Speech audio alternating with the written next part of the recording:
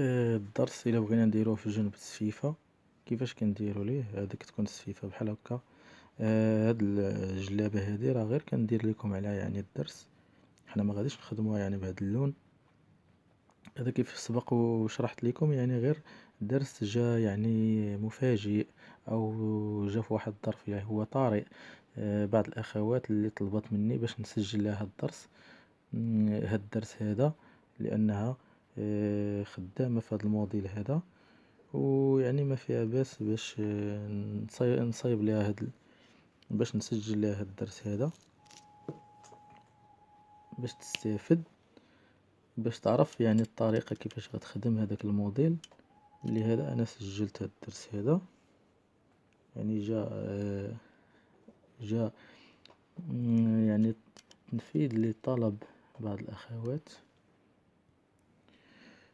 كيف سبق وشرحت لكم، كتكون السفيفة يعني بحال هكا، قبل ما كتكون يعني مسدودة من هنا، كتكون باقا البياسة يعني باقا ما مفينياش، ما مديورش لها الفينيسيون. هادي كيف كتشوفوا يعني مديور لها الفينيسيون، غير بغيت نطبق لكم هاد الشرح على هاد الجلابة هادي. كنطوو هاد الثوب بحال هكا، وكنخدمو طرس عادي بحال غنخدمو على القب والكمام عادي. يعني كنخدمو عادي، كنخدمو الضرس ديالنا عادي، كنخلو واحد شوية ديال الفراغ، تقريبا مسافة ديال 2 ضرسات اولا 3، معندناش مشكل. لكن كل ما كان قريب كل ما كيكون مزيان، كتكون الخدمة متقونة بحال هكا. كيف كتشوفوا انا غنكتفي غير بهاد 2 ضرسات باش نشرح لكم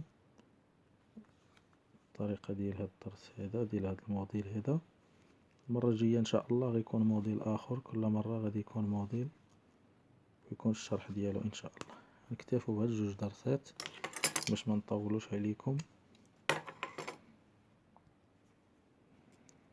كنجيبو الكابل الاخر اللي خدمنا به الطرسان، عفوا اللي خدمنا به الدرس، كنغطو به هاد الضرسات هادو بحال كيما شفتو بهاد الشكل هذا.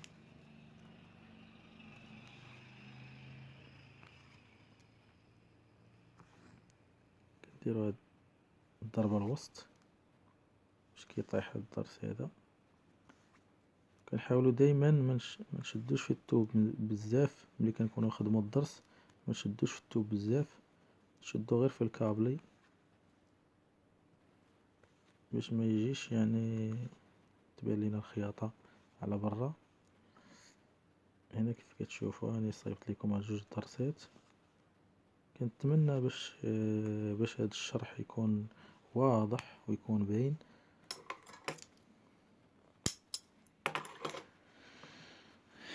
كما شفتوا كيجي بحال هكا، يعني هذا هو الضرس اللي كيجي في هذاك الكول، كيجي بحال هكا. الضرس هكا كيبقى هو ديما واقف بحال هكا، كنشدو كنطيحوه بحال هكا. كنخدمو اليد، الا شفتو الدروس اللي وريتكم مع الطريقة ديال اليد كيفاش كنخدموها، كيفاش كنركبو السفيفة باليد بحال هكا، نضربو هاد الضريبات بحال هكا باش كنطيحو هاد الضرس هذا. اللي كيخدم الزواق ديال اليد او كيخدم باليد راه غيعرف هاد الطريقة هادي وغتجي يعني ساهلة. لكن بالنسبة للناس اللي باقي يلا مبتدئين في هذا المجال هذا، يحاولوا دائما يلاحظوا مزيان وراه غادي يستافدوا حتى هما وغادي يتعلموا. كيف كتشوفوا دابا انتهينا من هاد الدرس هذا، خياطة من الداخل، يعني ما غيبقاش داك المشكل يوقف لينا الدرس، كيبقى ثابت. وإلا كان الوقت هاد المرة عندي يعني الوقت الكافي، نحاول يعني نخدم لكم قب ولا الكمام وتشوفوا يعني بالشرح الممل. لكن دابا هذا وصلت لكم الفكرة، هذا كنموذج أو كتجربة فقط، يعني شرح تجريبي، وكنتمنى هاد الحلقة تنال الاعجاب ديالكم. وما تنساوش دائما تابوناو بالقناة وتضغطوا على زر الجرس باش يوصلكم اي فيديو جديد حطيته بالقناة يوصلكم، وتبارطاجيو مع الاصدقاء ديالكم في مجموعات مثلا الفيس او الواتساب باش الكل يستافد. وكان نتمنى لكم التوفيق، نتلاقاو في حلقة جديدة ان شاء الله.